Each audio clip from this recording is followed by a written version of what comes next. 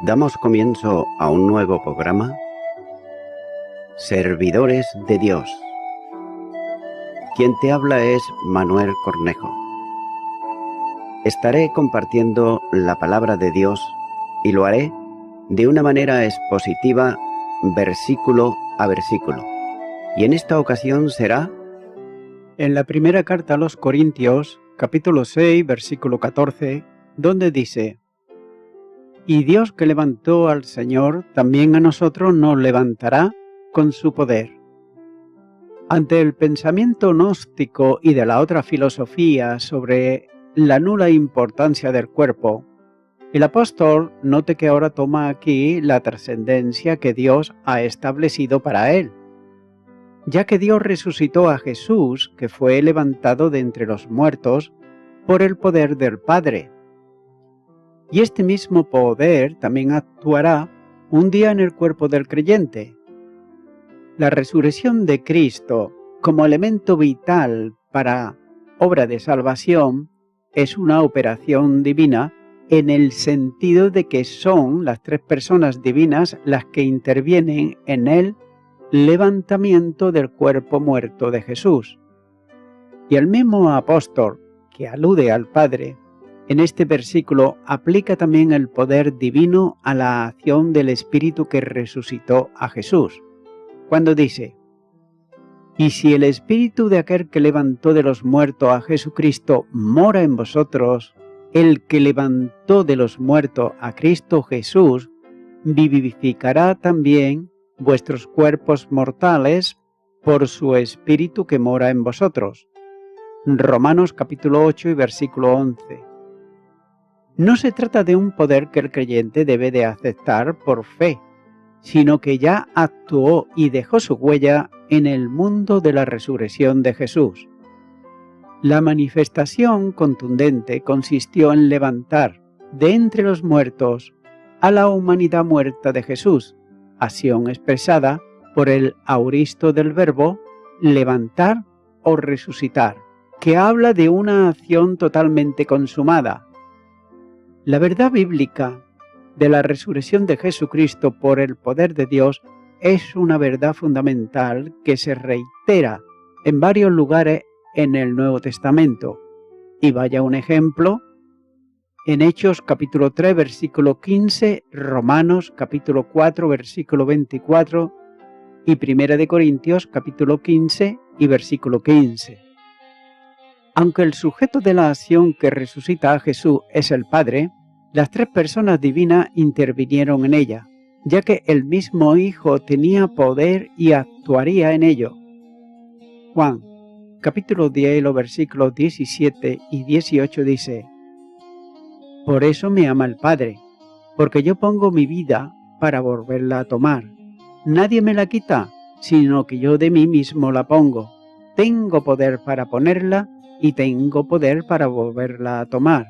Este mandamiento recibí de mi Padre. El mismo poder que actuó en la resurrección de Cristo lo hará en la de cada uno de quienes están vinculados a Cristo y forman una unidad espiritual con Él. Note que el apóstol afirma que la realidad de la resurrección que levantó a Jesús de entre los muertos será la misma realidad escatológica en la que será levantado el cuerpo de todos los creyentes en Cristo Jesús, para proyectar la vida íntegra de la persona, tanto su parte espiritual como la parte material del cuerpo, para una vida perpetua con el Señor. Él resucitó de los muertos, como precursor y ejemplo a los creyentes. De ahí que el apóstol diga también: Mas ahora, Cristo ha resucitado de los muertos, primicia de los que durmieron es hecho. Primera de Corintios, capítulo 15, versículo 20. La resurrección de Cristo es como las arras o prototipo de las resurrecciones que vendrán. Por tanto, es ejemplo de cómo será la resurrección del creyente, el cual transformará el cuerpo de la humillación nuestra para que sea semejante al cuerpo de la gloria suya, por el poder con el cual puede también sujetar a sí mismo todas las cosas. Filipenses capítulo 3, versículo 21. Quien resucitó fue Jesús, el hombre, que había muerto, y quienes resucitarán serán los hombres que mueren en Cristo.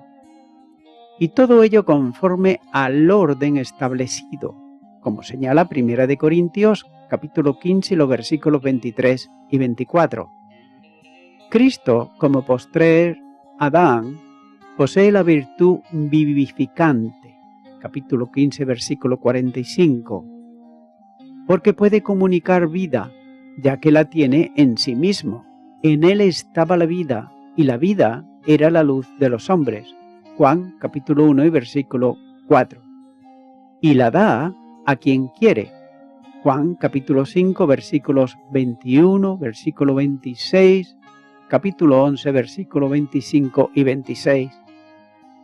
El resucitado es espíritu vivificante en el sentido de capacidad vivificante para los que están en él. Por la unión vital que el espíritu lleva a cabo, viene a ser uno con él. Capítulo 12 y versículo 30. Así es, la promesa del Señor, cuando dice: yo soy la resurrección y la vida, el que cree en mí aunque esté muerto vivirá, y todo aquel que vive y cree en mí no morirá eternamente. Juan capítulo 11 y versículos 25 y 26.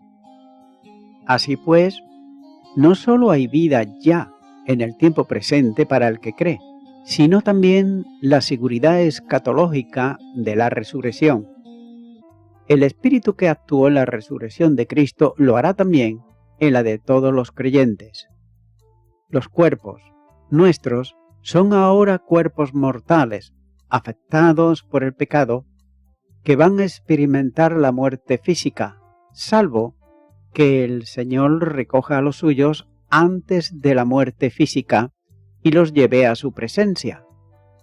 Pero la mortalidad del cuerpo presente será absorbida por la vida en la resurrección, ya que en aquel momento lo que ahora es no solo mortal, sino también corruptible, será vestido de incorrupción. El elemento corporal de que seremos dotados, antes corruptibles, será elevado por el poder de Dios a un modo de existencia inalterable. Pero también lo que es mortal será revestido de inmortalidad, ya que el cuerpo del creyente será levantado y transformado en el traslado de la Iglesia. Capítulo 15, los versículos 51 y 52. La relación entre Cristo y el cuerpo del creyente no es temporal, sino eterna. Y con el repaso a la enseñanza que sin duda había dado sobre este tema a los creyentes de la iglesia de Corinto, el apóstol derriba la enseñanza falsa sobre la nula importancia del cuerpo, en la que algunos justificaban las prácticas pecaminosas de relaciones personales ilícitas, confundiendo libertad con libertinaje. Continúo ahora con el versículo 15, donde dice: ¿no sabéis que vuestros cuerpos son miembros de Cristo? ¿Quitaré pues los miembros de Cristo y lo haré miembros de una ramera? De ningún modo. Pablo recuerda lo que sin duda era conocimiento general de los creyentes en Corinto, que la Iglesia es un cuerpo en Cristo. Esta es una expresión de la unidad de la Iglesia, ya que esta unidad ha sido un tema controvertido a lo largo de la historia del cristianismo. Hay diferentes y encontradas posturas sobre el significado de la unidad. Filosóficamente, la unidad es la característica trascendental de todo ser, por estar integrado en sí y diferenciado de cualquier otro.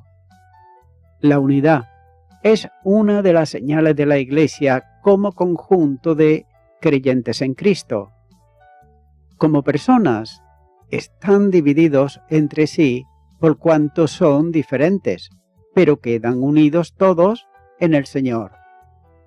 Esta unidad centrada en Jesucristo tiene necesariamente que ser una unidad espiritual.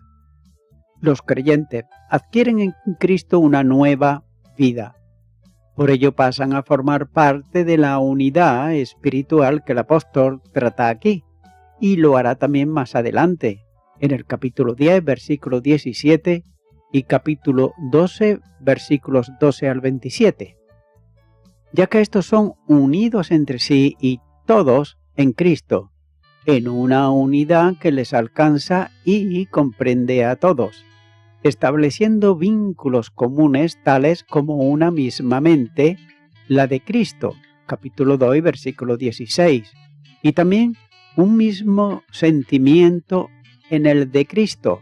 Filipenses capítulo 2 y versículo 5 dice: haya pues en vosotros este sentir que hubo también en Cristo Jesús. A su vez, individual y colectivamente son morada de Dios en espíritu, como se ha considerado anteriormente. La unidad así establecida debiera de manifestarse al exterior en forma visible, ya que los aspectos externos no hacen la unidad que ha sido hecha por el Espíritu de Dios, pero sin embargo evidencia la realidad de ella. Y el apóstol destaca la unidad de la diversidad, como dirá más adelante: nosotros siendo muchos, somos un cuerpo. Capítulo 10, versículo 17. La iglesia en Corinto pasaba por un problema de divisiones internas, pero en base a la unidad corporativa en Cristo, de la que los creyentes son miembros y Él es la cabeza, preguntó a los corintios si Cristo estaba dividido. Capítulo 1 y versículo 13. La iglesia se considera como cuerpo de Cristo, cuya figura está atestiguada en varios pasajes, además de las citas anteriores, como es, por ejemplo, en Efesios capítulo 3, versículo 6, Colosenses capítulo 1, versículo 18 y versículo 24. Así pues, más que una figura, los versículos están estableciendo la relación que existe entre Cristo y la Iglesia, entendida como relación cabeza-cuerpo. Y como cuerpo y cabeza, la Iglesia está en Cristo y Cristo está en la Iglesia, formando una nueva dimensión llamada por Pablo el nuevo hombre, como dice en Efesios capítulo 2, versículo 15, la segunda parte. Por esa razón el cuerpo, que es en la Iglesia unido a la cabeza, que es Cristo, alcanza la plenitud del varón perfecto. Efesios capítulo 4, versículo 12. Esta figura corporativa enseña la unidad que Dios establece entre la Iglesia y Cristo, mientras que a su vez acentúa la subordinación de la Iglesia al Señor, como ocurre entre el cuerpo y la cabeza.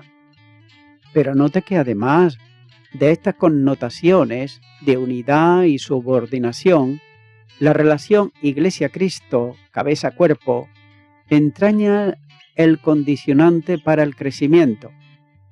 El cuerpo Iglesia toma de la cabeza Cristo lo necesario para crecer espiritualmente, para alcanzar una medida proporcional a la cabeza. Efesios capítulo 4, versículo 15 y Colosenses capítulo 1, versículo 18. Un nuevo sentido se alcanza en la reacción de cuidado y conducción, ya que la cabeza es el cuerpo que cuida del buen funcionamiento de los miembros y de la conducción correcta del cuerpo. Así también Cristo hace esta función con la Iglesia. No cabe duda que para Pablo la representación de la Iglesia, tanto la local como la universal, en relación con Cristo se contiene en la figura de cabeza-cuerpo.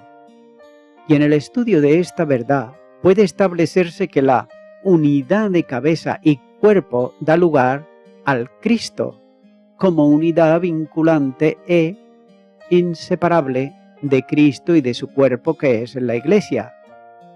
Esto permitirá entender algunos asuntos como posicionamiento en Cristo y con Cristo en los lugares celestiales, puesto que donde está la cabeza puede y debe estar también el cuerpo, y juntamente con él nos resucitó, y asimismo nos hizo sentar en los lugares celestiales con Cristo Jesús.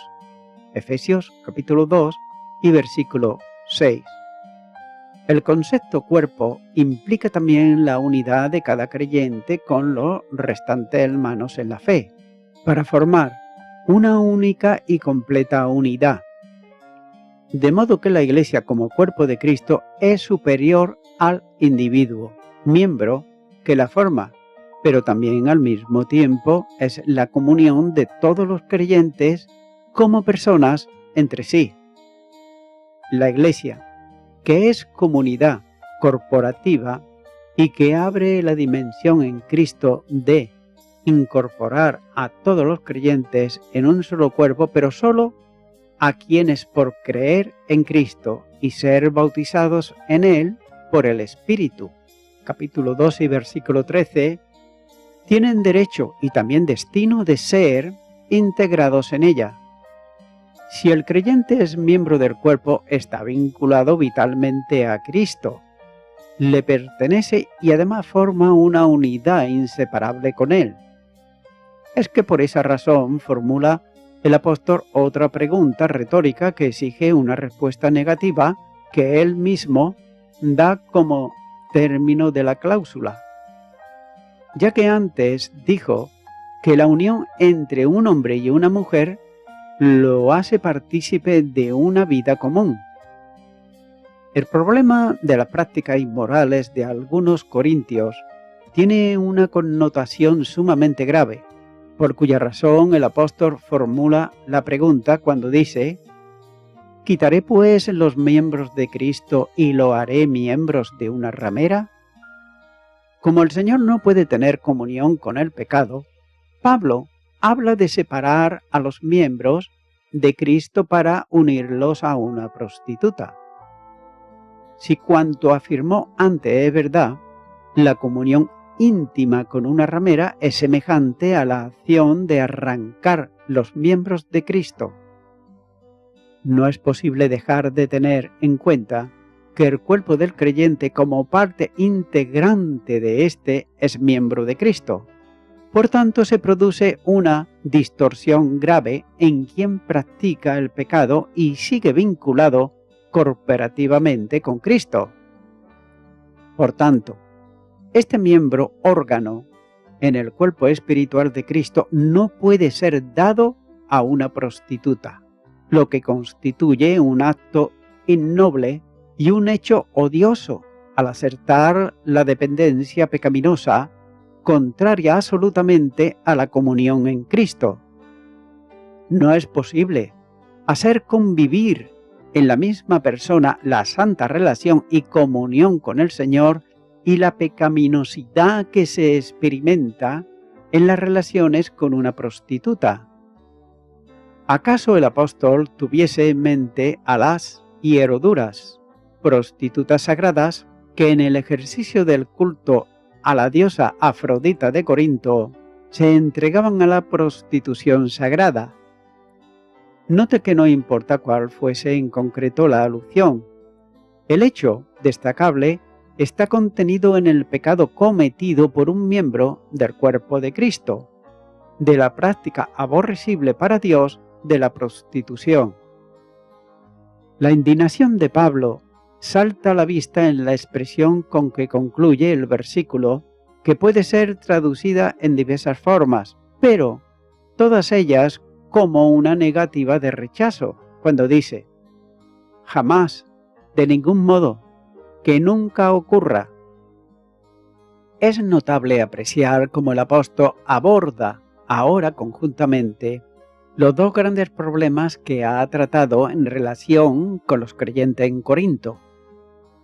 Las divisiones que estaban fragmentando la congregación y que fueron tratadas antes, aparecen ahora nuevamente en el recuerdo de la enseñanza sobre la unidad, al hacerle notar que solo hay un cuerpo en Cristo y que cada creyente no es individual para formar una nueva unidad con otros, sino que todos somos uno en Él. Pero juntamente con esta verdad está también la advertencia sobre las prácticas pecaminosas de la sociedad libertina de Corinto, que a algunos tal vez un número grande de creyentes estaba practicando, y sobre cuya situación siguen los versículos que vienen ahora a continuación, como dice el versículo 16. ¿O no sabéis que el que se une con una ramera es un cuerpo con ella? Porque dice, los dos serán una sola carne. El apóstol les recuerda los que le había enseñado y ellos habían también conocido. La formulación de la pregunta con la introducida con la conjunción deyuntiva o, que ciertamente está en los textos griegos más seguros, llama aquí la atención a lo que estaban olvidando o incluso, más grave, ignorando de lo que les había sido enseñado. El resultado de la unión entre un hombre y una mujer trae como consecuencia una vinculación personal por la que los dos son una sola carne.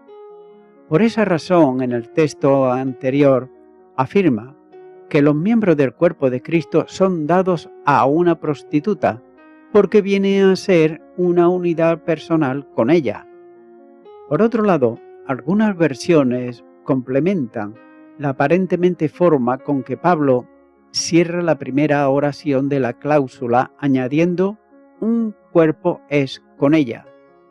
Lo que se lee en el texto griego es literalmente lo que está reflejado en el interlineal más arriba, cuando dice un cuerpo es. En el caso de la prostitución sagrada, quienes se unían a una y heredóla, lo hacían también con ella y por medio de ella con la diosa o el dios de quien era servidora. Nótese la expresión en el párrafo que constituye una antítesis cuando dice un mismo cuerpo, una misma carne, versículo 15, y un mismo espíritu, versículo 17. Sin duda alguna, esta puntualización acentuada es intencionada aquí en el párrafo. El apóstol asienta esta afirmación no solo sobre su autoridad apostólica, sino sobre la Escritura. En cada momento complejo de la argumentación así lo hizo, y lo hace también en este lugar. La frase es también limitada en la extensión de su contenido. Note que el sujeto del verbo podría ser Adán, Moisés, la Escritura, pero, en resumen, es Dios mismo el que habla y establece esta relación que se produce en la unión de un hombre y una mujer. Ambos vienen a ser una carne. En ese sentido se recarga el hecho de una identidad personal. Y en un sentido semejante, el apóstol dirá que no se puede hacer partícipe a Cristo con Belial. 2 Corintios capítulo 6 y versículo 15. En ese caso, cada vez que un hombre entra en contacto íntima sexual con una mujer, entra en una unión espiritual entre ambos, generando una personalidad nueva para los dos como si fuesen una sola persona. En la unidad completa que resulta propia del matrimonio, note que Dios toma el pecado sexual seriamente porque corrompe y trastorna las relaciones espirituales, tanto humanas como divinas. Y el apóstol acude a la 70 para la cita que traslada aquí para decir que los dos serán una sola carne. Esta afirmación aplicada a Adán y Eva es una relación de santidad. Antes del pecado se aplica en la Escritura a todo el matrimonio. Mateo capítulo 19 versículo 5 dice: y dijo: por esto el hombre dejará padre y madre y se unirá a su mujer, y los dos serán una sola carne. Es por eso que la idea aquí podría tomarse de una relación continuada con una prostituta. Pero el problema es sumamente grave, porque si el que se une a una ramera es un hombre casado, está rompiendo la unidad matrimonial con su esposa para establecerla con otra mujer, lo que trae aparejado un pecado de rebeldía contra lo establecido por Dios y un pecado de ruptura de la comunión con el Señor, y quedando la persona, por este hecho, bajo la maldición de Dios por haber quebrantado lo que Él ha establecido. Y voy concluyendo con esto. Como acabo de exponer, dice la palabra no sabéis. Aparentemente, muchos de los cristianos en Corinto no sabían y pensaron que su conducta sexual con prostitutas no tenía nada que ver con su relación con Jesús. También les dice que el que se une con una ramera es un cuerpo con ella y una sola carne. En sus relaciones sexuales, un esposo y una esposa se convierten en una sola carne. Es una forma que está bajo la bendición de Dios. Téngase en cuenta que en el sexo fuera del matrimonio, los compañeros se convierten en una sola carne, en una forma que está bajo la maldición de Dios. Amigo y amiga oyente, seas hombre o seas mujer, si ya has practicado este pecado y no te has reconciliado con Dios, es decir, no le has perdido perdón por medio de Jesucristo, pienso sinceramente que es para tu bien el que puedas reconciliarte con Dios por medio de Jesucristo, que fue el que dio su vida en la cruz del Calvario por tus delitos y pecados. Es por ello que tú debes de venir ante Él, pidiéndole perdón y arrepintiéndote, para que Él pueda perdonarte y reconciliarte con el Padre Eterno. Ora conmigo esta oración y repite ya donde estás y di: Dios eterno, he practicado pecados vergonzosos, de los cuales ahora me arrepiento y vengo pidiéndote perdón. Deseo que tú, Señor Jesucristo, pueda hacer de mí un hombre como tú deseas que sea. Para ello, te abro mi corazón y te recibo como mi único y suficiente Salvador. En tu nombre. Amén.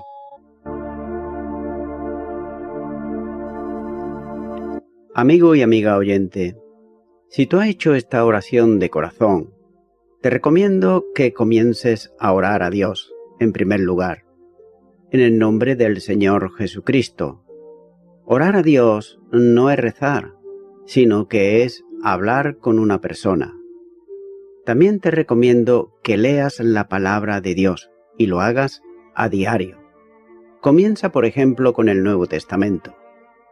Y también, por último, te recomiendo que para que puedas crecer espiritualmente, te congregues en una iglesia cristiano-evangélica, donde se predique, se enseñe y se practique la sana doctrina y la palabra de Dios. Congrégate ahí y con el tiempo podrás crecer espiritualmente y también servir al Señor Jesucristo. Que Dios te bendiga. Y a toda la audiencia, nuevamente ya me estoy despidiendo de todos ustedes y será hasta el próximo programa. Que Dios os bendiga a todos.